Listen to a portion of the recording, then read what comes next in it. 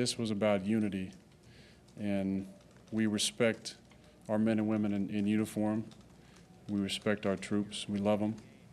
We appreciate what they do for us. Today was about using our platform to promote love and unity and acceptance and togetherness, and I hope we did that.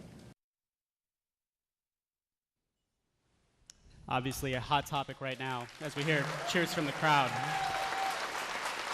President Donald Trump's comments, just from an organization, what did the coaching staff tell you, and what did you guys decide to do as players, and how do you feel about it now after that it all transpired? Right, which I'm sure a lot of people know, like, obviously with what he said, and then Mark Murphy released a statement Saturday, and we were all able to hear that and read that Saturday night at the team meeting, just so everyone on our team understood where the organization stood, that they had our back and what we felt was appropriate. And then we didn't have much discussion after that. We've had more since, just because of the time crunch of what all transpired Saturday and into Sunday morning before we came into play. But I think Aaron obviously said it great there about what guys are doing is not being disrespectful to anyone in the military, anything to the flag, the national anthem, or nothing. It all started with a conversation, to get a conversation started about unity and honestly just being respectful of one another and treating everyone the way you want to be treated. And unfortunately, the media has taken it away from that stance. It's something that I think a lot of guys are passionate about, myself included, for whatever reason, negativity drives this country and drives the world, honestly, in the media world. People would rather hear negativity for whatever reason. I don't know if it makes them feel better or what, but people will click on a negative article, or if you watch, unfortunately, the news, a lot of the stories are negative instead of something positive. And that's what it all was about. What they did, what guys have done, it was something in order to start a conversation. If guys come into a locker room and try to start this conversation, people aren't going to care about the conversation. They're not going to write the articles. It definitely won't be on the front page. But by taking a stance and doing what they're doing, and like I said, they're not disrespecting the flag, they're not disrespecting the national anthem, but it's allowed a conversation to start.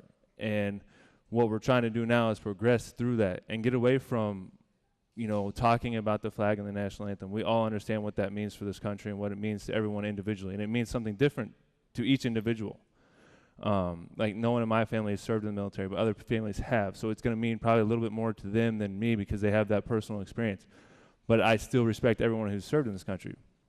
But the whole point is to continue the conversation about just respecting one another, loving one another, becoming, unified as one, and that's what we're trying to express, and I think that's what we're going to continue to express throughout this year, because as people tell us, if you want to or not, we're put in a situation to be role models. You don't have a choice. When you play NFL football, you're a role model. People are going to watch you. People are going to want to play that as kids. So we have to take that opportunity as role models and try to progress through some things. There's a lot of things that I never experienced as a kid that some other of my teammates have. And it's hard for me to understand it. And it's hard for a lot of people, I would say, where I grew up in Kansas, where I am now in Wisconsin, to understand what some guys have gone through as kids and as families. And that's where we have to try to be open-minded and try to understand. I don't think you ever will. Even if they're explaining it, you won't be able to fully understand that.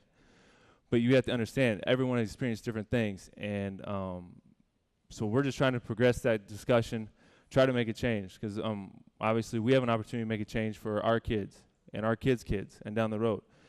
So I think that's just where we're at. That's something that we're trying to do. I think guys across the league are trying to do, and different areas. But we're trying to get the focus back on the main thing, and that is unity, treating everyone respectfully, and getting it away from the national anthem and what, to be honest with you, and I know you're part of the media, I'm not trying to call the media out, but what they've kind of tried to put it on, because that is going to sell more newspapers or more clicks on the internet, is explaining everyone's just kneeling to the national anthem. That's not what we're trying to discuss. That's what guys use to bring up the conversation, right.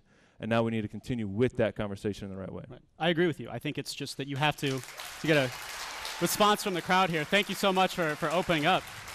But you hit it, in my opinion, right on the head with just putting yourself in someone else's shoes and seeing that different perspective that you may not understand fully, and you really did that. And I don't think you ever will be, because right. You won't until you're in that situation. I mean, right. No matter how much, I mean, to me, one of the biggest things to learn things is from experience. Yes. And you can only experience certain things. Most likely, I won't experience racism. I just won't. Just being white, I won't experience that. And living in Kansas, living in Wisconsin, that I won't be put in that situation. But other people have, and that's what we're trying to get over and get past that. Because, I mean, it's been way too many years since, slavery that we need to move on from that. And that's what we're trying to get to. One more round of applause for Jordy Nelson, everybody. Open it up here. We're going to take a quick commercial break here on Inside the Huddle. We'll be back to the Green Bay Distillery talking more football after this. Thanks for watching.